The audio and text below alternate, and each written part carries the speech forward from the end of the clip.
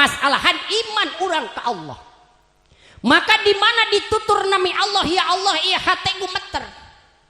Osok urang gumeter tergantung eta mah keun masing-masing nya. Walaranana aya di ibu di bapak sadayana gemeter tah henteu hate urang. Nah, maka di mana ayeuna gemeter hate urang pasti bakal timbulna rasa naon? Rasa kasieun. Lamun geus timbul rasa kasieun Pak, moal wantun Pak midamel maksiat, moal wantun midamel dosa ka Allah.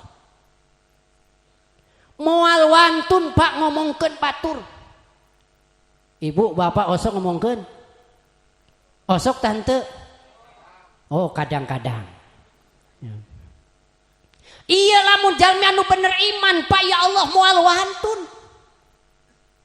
Iya mah ya Allah salat mah salat, iman mah iman kakaraget jurut ti naon ti masjid ti musola geus wae si atuh anunya wae. Oh Allah eta geus ngomongkeun.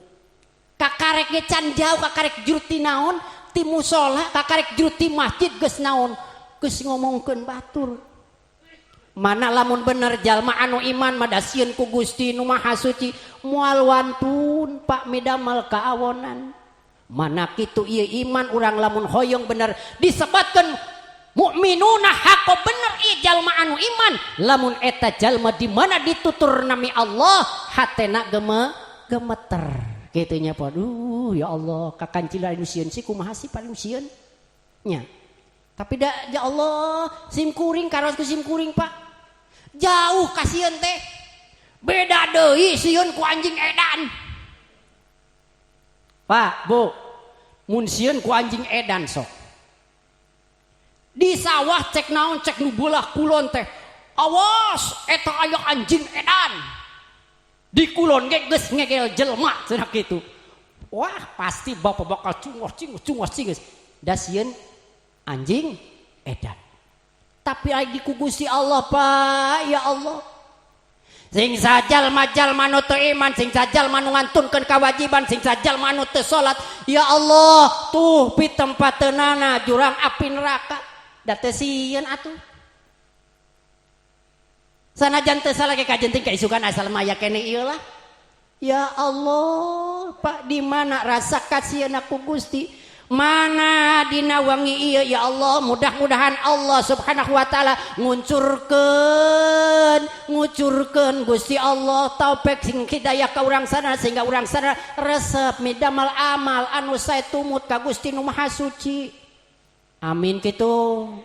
Amin ya robbal alamin ya Allah. Tah iya Pak tandaning jalmi anu bener iman. Iya ciri-ciri jalma iman abakal diangkeun ku Allah. Jadi jalmi diangkeun ku Allah sebagai abdi na Allah lamun ieu jalmi anu iman. Lajeng nu kaduana di mana dibacakeun ayat-ayatna. Ayat-ayat tanda-tanda keagungan jeung kebesaranna Allah. Ayat tanda teh anu tersirat, aya nu tersurat. Unu tersurat tah Al-Qur'an. Nya, Al-Qur'an tersurat eta Al-Qur'an. Disebatna ayat-ayat anu tersurat. Al-Qur'an. Di mana dibacakeun Al-Qur'an? Ya Allah, Pak ieu tambah-tambah keimananana. Tambah-tambah kaisina, tambah-tambah kasieuna ku Gusti Nu Maha Suci. Lamun dibacakeun ayat-ayat Nu Maha Suci. Tapi da urang mah di mana dibacakeun karek meureun anu rada laon lemes wantena, karek meureun nya alus. Ari nu palebah rebek goreng baljeng dikana sapekerkeun, he eta sadi nu keur ngaji Quran. Sora jiga kaleng rabi dikana sapekerkeun kanyerakeun-nyerakeunnya. Allahu Akbar. Ulah ngadangu kana suarana Pak tapi urang tinggal kana naon anu diangosna. Al-Qur'an anu mulia ya Allah. Maka lamun ayeuna dibacakeun ayat-ayat suci pe ieu hatena patambah-tambah kaimananana kayakinanana leres Gusti teh nu maha agung. Gusti teh nu maha suci, Gusti teh anu maha kawasa nuasa ieu alam dunya sadayana kagungan Gusti.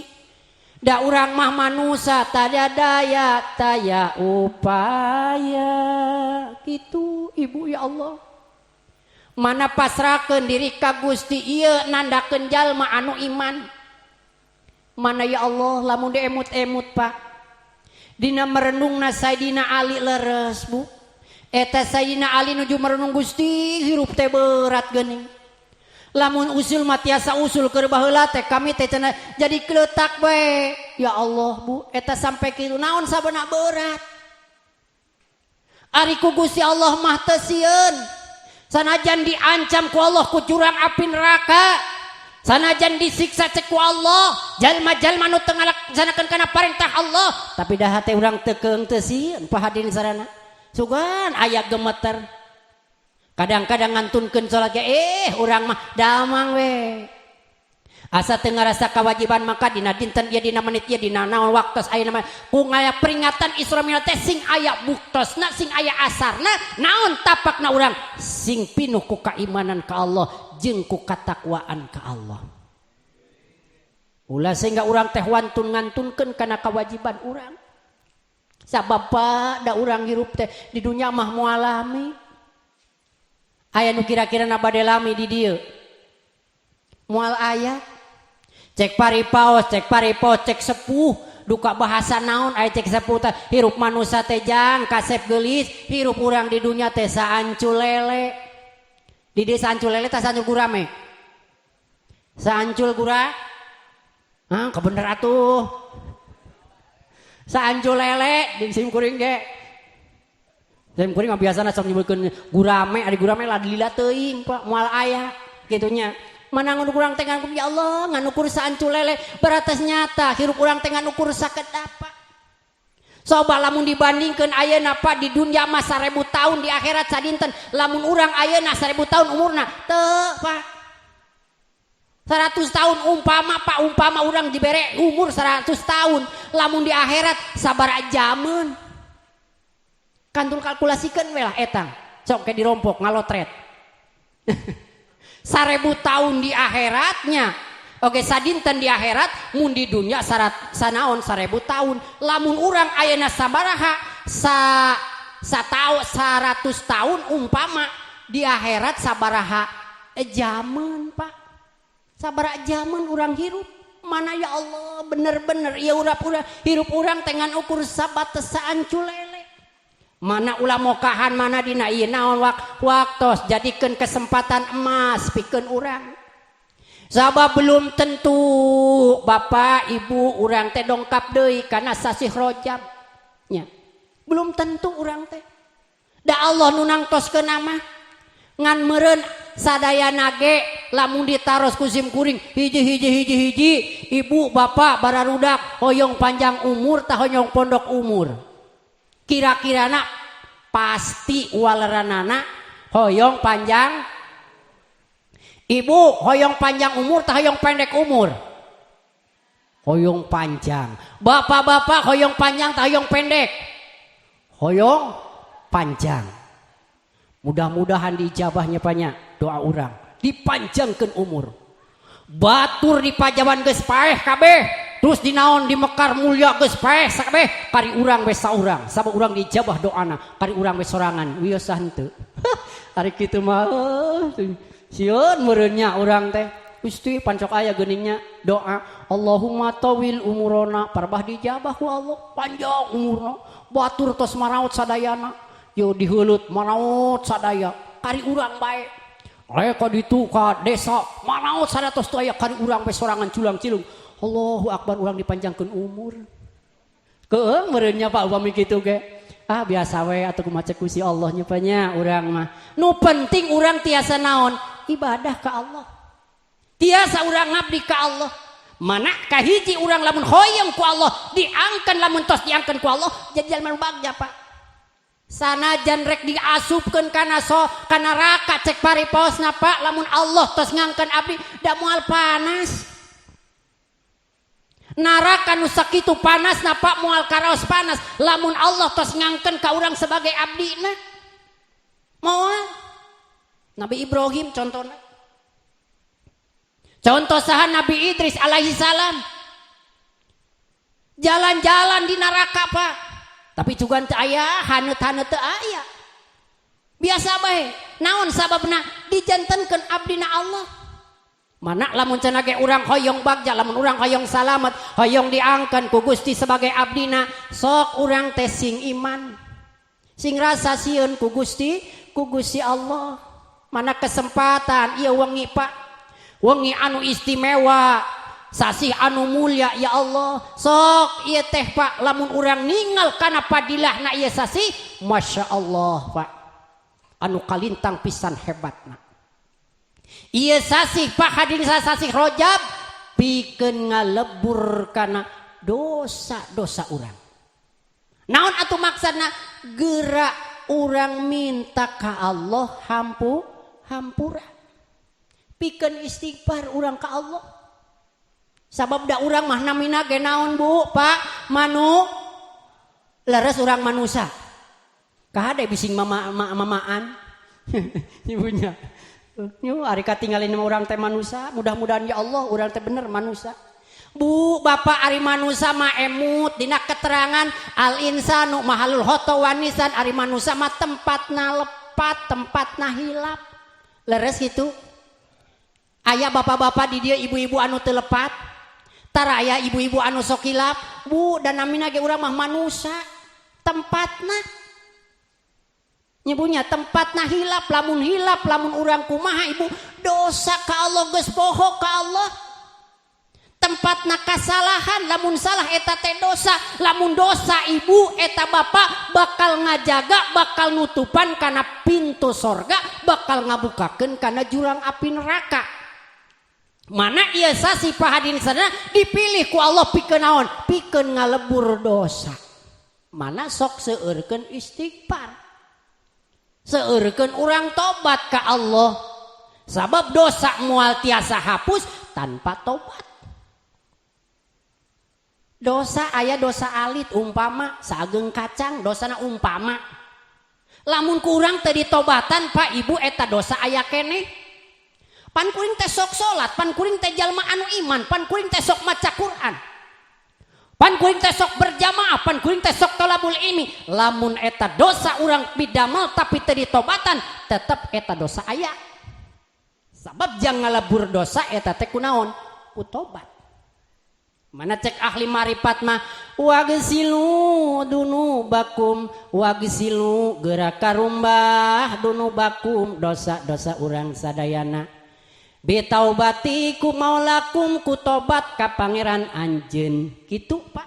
Sabab lamun teu tobat eta dosa sana cek paripasa miskola daroh eta naon dosa teh bakal aya moal bisa dihapus samun tanpa ku tobat.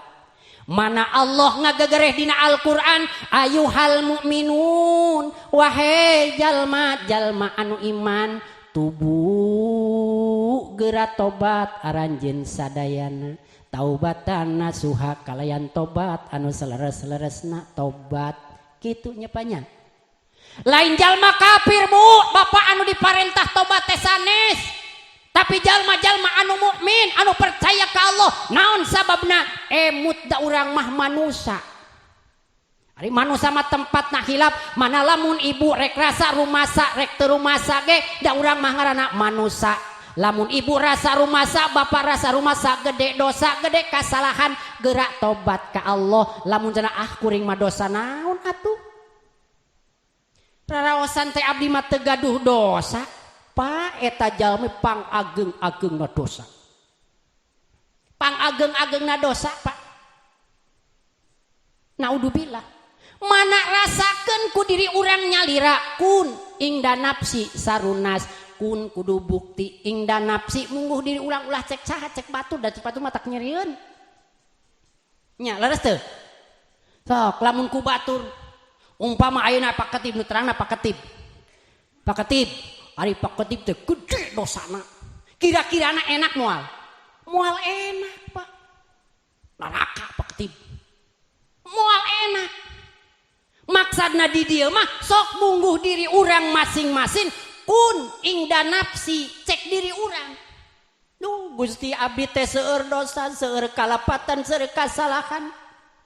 Ieu dosa abdi lamun rek ditimbang ku gunung moal katimbang.